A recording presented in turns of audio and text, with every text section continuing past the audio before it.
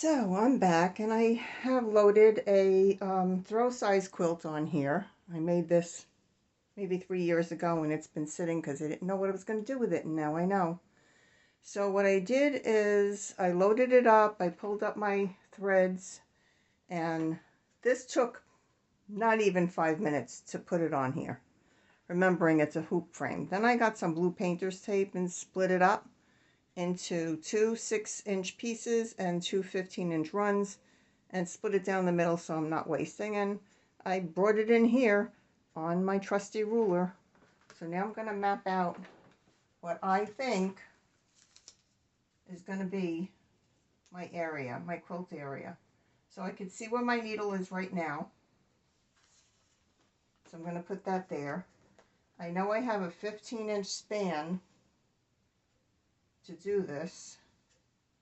So I'm going to go right about here. Let's see if I got that right.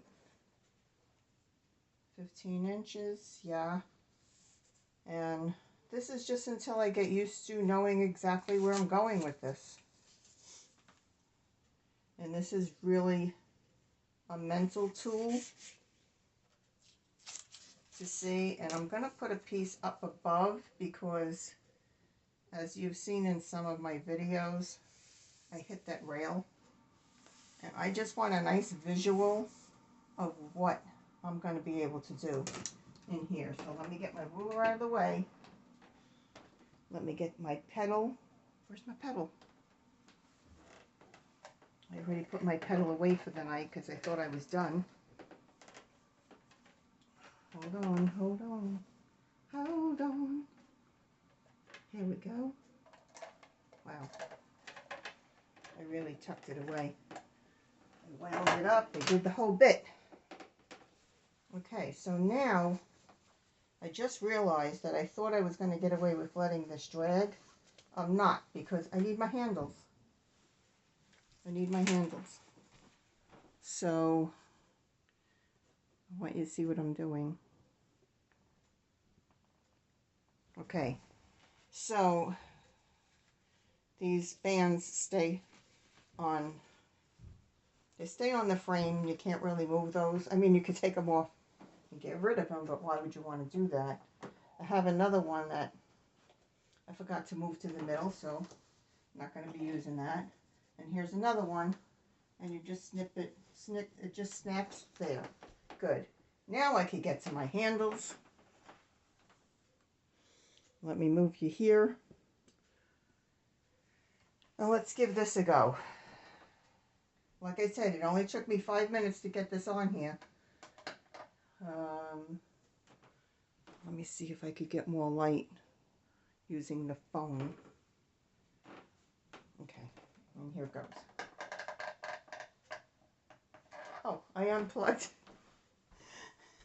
Well, when you get in the good habit of unplugging your machine, there we go.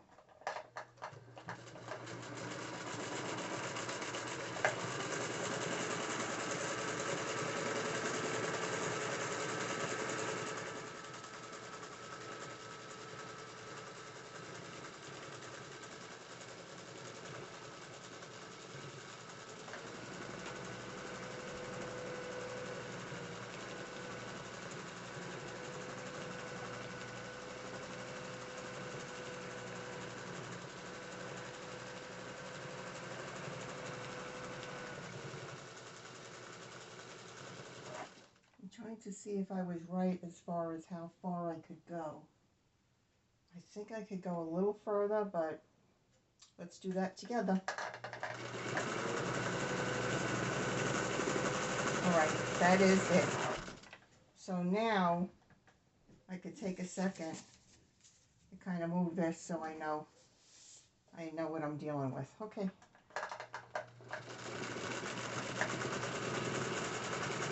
And we travel out of there.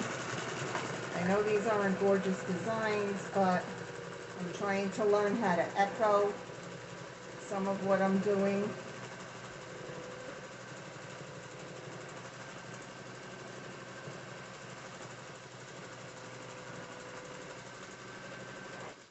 if nothing else, this is fun.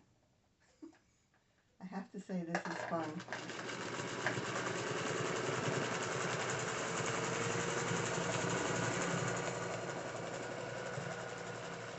Make a little dividing line with some swirlies.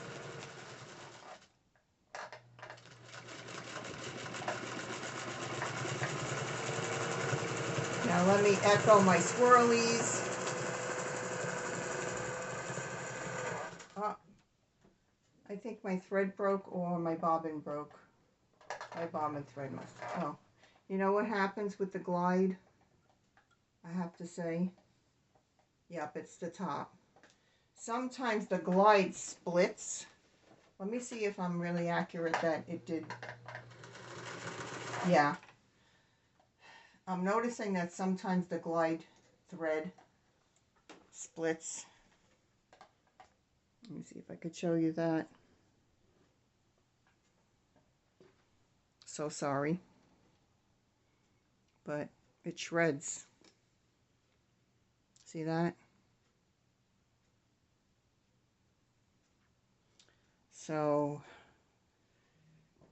something else to work out. It works 90% of the time. Anyway, you get the idea. Let me see if I could take you over here to show you the pattern I did, or the non-pattern I did. There we go. There we go. And I'm just trying to learn some things. I'm just trying to learn. But you know what? Like I said before, nothing else, it's fun. And look, I accomplished something. Now, if I didn't break that thread, I would have gotten this whole section done. So let me see if I was right. Let me see if I was right with the perimeters anyway. So how you would know that is I would just go over there. Yeah, that's just about it. Yep. So, I got the formula down. So if anybody's going to go for this, I got the formula down. Make your 6 by 15 inch block. Your borders. I'm using tape. I'm going to use the tape over and over again. So anyway, thanks so much for watching, and I'll work out now. I'll work out what's happening with the glide thread. Maybe I'll just change a spool. Okay, thanks so much. Thanks for watching and following along. Have a good one. So I rethreaded with the glide thread. I had tried switching out the thread, and I had that thread break. So I think I'm going back to the glide. I did a little bit of a mess over here, but I'm going to pick those stitches out, and let's just keep going. So I sunk the needle basically where I lost my stitches before, and here I go.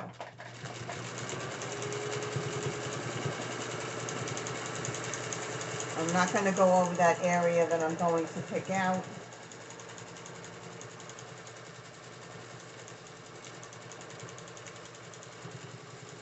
But I am getting the hang of how fast I have to move it and how much I should press down on my foot pedal.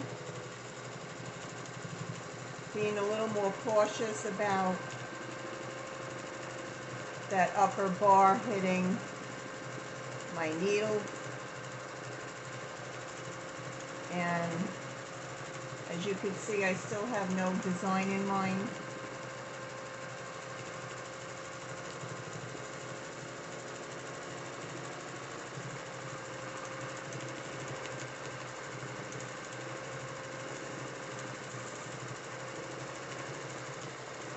I'm just filling in the space that I know I have.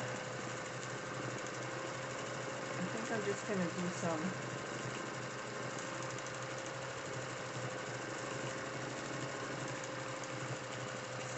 like that.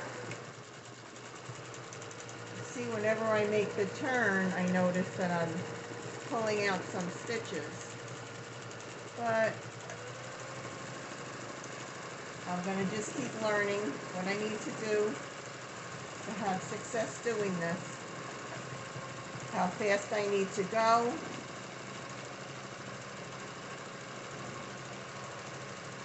Go in there, go up there, go around there, and just remembering that I'm ending it right here because this is where it ends. And that's it. And again, no fancy stitches obviously because I don't know that yet, but I am getting the hang of it and I'm happy about that. So now I'm going to leave my needle down, and I've showed you this before. I'm going to take off this clamp, and this clamp. Oh, sorry. I'm going to take off that clamp, this clamp, and this clamp, and this clamp, and I'm going to slide the quilts down and do the next section, which is over here. Now I'll have enough because it's a bigger quilt. So again, thanks so much for watching, and see you when I see you. I'll come back and I'll show you this finished quilt in a day or two. Bye now.